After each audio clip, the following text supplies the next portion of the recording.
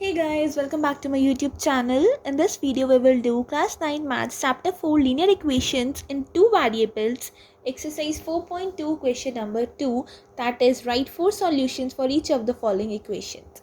आपको पता है हमने बहुत सारे क्वेश्चंस करे हैं जिसमें हमने फोर सॉल्यूशंस 2 सॉल्यूशंस निकालने हैं और इस क्वेश्चन में भी हमें हर इक्वेशन के 4 सॉल्यूशंस निकालने हैं. 4 सॉल्यूशंस कैसे निकालते हैं मैंने आपको बताया था ना. अगर ग्राफ पे प्लॉट नहीं करना तो कुछ भी अपने मन से लेट कर लो और सॉल्यूशन निकाल लो. ग्राफ पे प्लॉट करना है तो सोच समझ के करना कि आंसर फ्रैक्शन में ना आए. देखो, अगर यहाँ पर मुझे एक वेरिएबल लेट करना होता है, या तो एक्स लेट करूँ मैं या वाई लेट करूँ. इनमें से एक वेरिएबल में अपने मन से कुछ भी लेट कर लूँ, 0, 1, 2, 5, 10, ठीक है. तो जब एक को मैं अपनी मर्जी से कुछ भी लेट कर लूँगी तो दूसरे वेरिएबल की वैल्यू तो निकल जाएगी ना. इसी तरह अब जब मुझे एक वेरिएबल की वैल्यू लेट करनी है, अब देखो मैं सोच रही हूँ वाई की लेट करूँ, क्योंकि अगर मैं 2x ही करूँगी तो मुझे लगता है आंसर फ्रैक्शन में आएगा और ईजी तब रहेगा जब आंसर सिंपल आए. वैसे तो आंसर फ्रैक्शन में आए किसी में आए, नथिंग मैटर्स, लेकिन आप ध्यान रखना कि अगर आपको ग्राफ प्लॉट करना है तो आंसर हमारा फ्रैक्शन में नहीं आना चाहिए, उससे आपको प्लॉट करने में दिक्कत आएगी. देखो, 4 सॉल्यूशंस निकालने का मतलब है जब मैं x की वैल्यू पुट करती हूँ तो y की एक वैल्यू मिलेगी, तो मुझे एक नया आंसर मिला. x की एक वैल्यू पुट करके y की एक नया आंसर मिला. x की फिर दूसरी वैल्यू पुट करके y की एक दूसरी वैल्यू मिली. x की एक और वैल्यू पुट करके y की थर्ड वैल्यू मिल गई.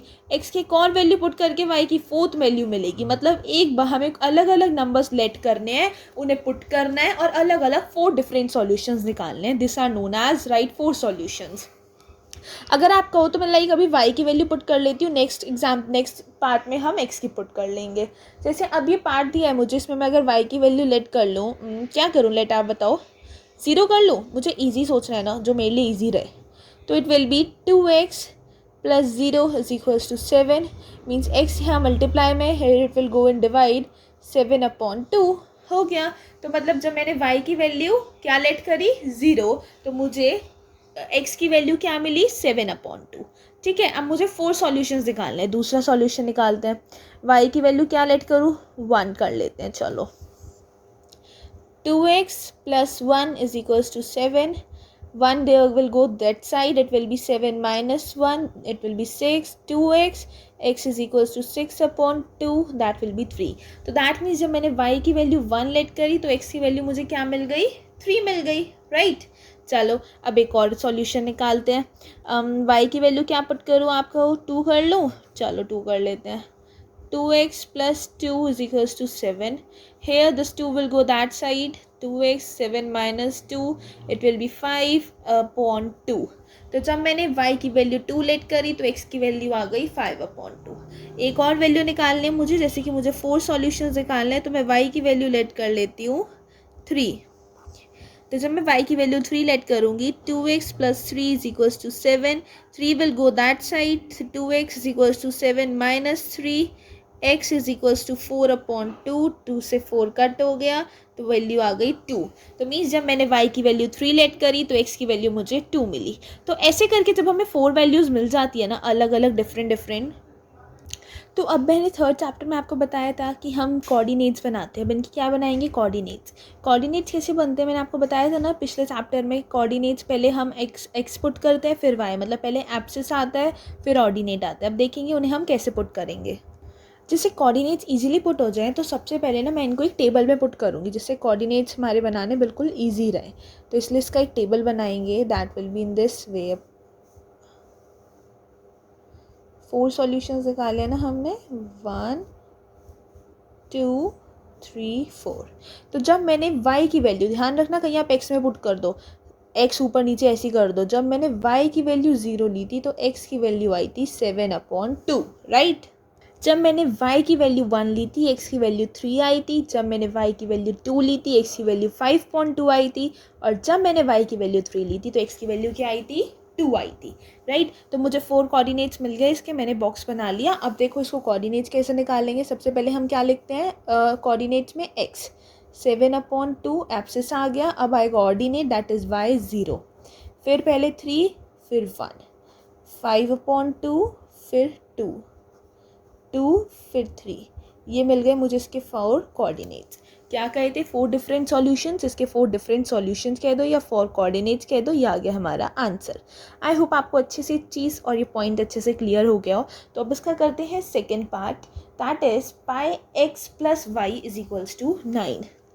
That is pi x plus y is equals to 9.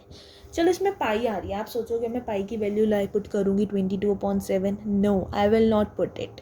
22/7 value put करके मुझे कोई फ़ायदा नहीं होगा, बल्कि आंसर और फ्रैक्शन में चला जाएगा. तो मैं इसको ऐसे ही छोड़ दूँगी, कोई वैल्यू पुट नहीं करूँगी. अगर मैं पहले एक्स की वैल्यू लेना चाह रही हूँ, वाई की लेना चाह रही हूँ, कुछ भी वैल्यू मैं ले सकती हूँ एक्स की जगह, वाई की जगह. लेकिन लास्ट पार्ट में मैंने वाई की ली थी, तो आई थिंक मुझे यहाँ पर एक्स की लेनी चाहिए. बट आप देख रहे हो कि एक्स की लूँगी तो पाई में मल्टीप्लाई होएगी, कन्फ्यूजिंग हो जाएगा ना. तो आई गेस मुझे वाई की ही लेनी चाहिए. तो अगर मैं y की वैल्यू लेट करूँ पहले में 0, तो it will be pi x plus 0 is equals to 9. Here it is will be pi x is equals to 9. यहाँ पाई x के साथ मल्टीप्लाई में, there it will go and divide, it will be 9 upon pi. तो जब मैंने y की value 0 ली तो मुझे x की वैल्यू मिली 9 अपॉन पाई. मतलब जब मैंने y की वैल्यू 0 लेट करी तो I get the answer x is equals to 9 upon pi. अब देखते हैं इसका सेकंड पार्ट, मतलब सेकंड सॉल्यूशन लेके देखते हैं. मैं ले लेती हूँ y की वैल्यू 1 लेट कर लो. चलो 1 कर लेते हैं. Pi x plus 1 is equals to 9. यहाँ 1 प्लस में उस साइड जाएगा, माइनस हो जाएगा. 9 minus 1 pi x is equals to 8. x के साथ पाई मल्टीप्लाई में, that side it will go and divide, it will be 8 pi. तो जब मैंने y की वैल्यू 1 लेट की, मुझे x की वैल्यू मिल गई 8 पाई. 2 सॉल्यूशंस मिल गए, 8 अपॉन पाई.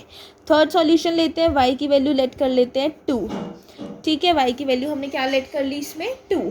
तो अब मैं लूँगी pi x plus 2 is equals to 9. 2 side चला जाएगा, 9 minus 2 pi x. Pi x is equals to 7. यहाँ x है, वहाँ मल्टीप्लाई में जाएगा, यहाँ पाई मतलब मल्टीप्लाई में, that side it will go and divide, तो 7 अपॉन पाई. तो जब मैंने y की वैल्यू 2 लेट की तो x की वैल्यू मिल गई. ओके, अब लेते हैं फोर्थ वैल्यू मैं लेट कर लूँ, y इज इक्वल्स टू 3. तो ये हो जाएगा pi x plus 3 is equals to 9. यहाँ पे 3 प्लस में, that side it will go in minus. 9 minus 3 6. x के साथ ये पाई मल्टीप्लाई में, उस साइड डिवाइड में जाएगा, तो ये 6 पाई आंसर आ जाएगा. 4 वैल्यूज़ मिल गई मुझे फिर से, as I got all the 4 different solution. So let's put it in the boxes. जब मैंने y की वैल्यू 0 ली थी, क्या ली थी, 0, तो मुझे x की वैल्यू क्या मिली थी इसमें, 9 अपॉन पाई. क्या मिली थी, 9 अपॉन पाई. जब मैंने y की वैल्यू ली थी इसमें 1, तो मुझे इसकी वैल्यू मिली थी 8 अपॉन पाई. जब मैंने इसमें y की वैल्यू 2 ली थी तो x की वैल्यू मुझे मिली थी 7 अपॉन पाई. और जब मैंने y की वैल्यू 3 ली थी तो मुझे इसमें x की वैल्यू मिली थी 6 अपॉन पाई. तो मुझे 4 डिफरेंट सॉल्यूशंस मिल गए. चलो अब इनके कोऑर्डिनेट्स बनाए, पहले एब्ससेसा फिर ordinate. Means 9 upon pi comma 0, 8 upon pi comma 1, 7 upon pi comma 2 and 6 upon pi comma 3. तो मुझे मिल गए मेरे 4 coordinates, means 4 different solution. I hope आपको अच्छे से क्लियर हो ये point. Now let's see it's C part, that is x is equals to 4y. बहुत ईजी लग रहा है तो, है ना. अब मैंने इतना टफ करके दिखाया, तो एक ईजी तो आप भी कर दो. चलो फटाफट से करो और इसके 4 कोऑर्डिनेट्स का आंसर मुझे कमेंट में बताओ. ठीक है, do it very fast. Tell the answer to me in the comment section. If you have understood the concept, do like, share and subscribe to my YouTube channel and don't forget to press the bell icon. Thank you. See you soon in the next video.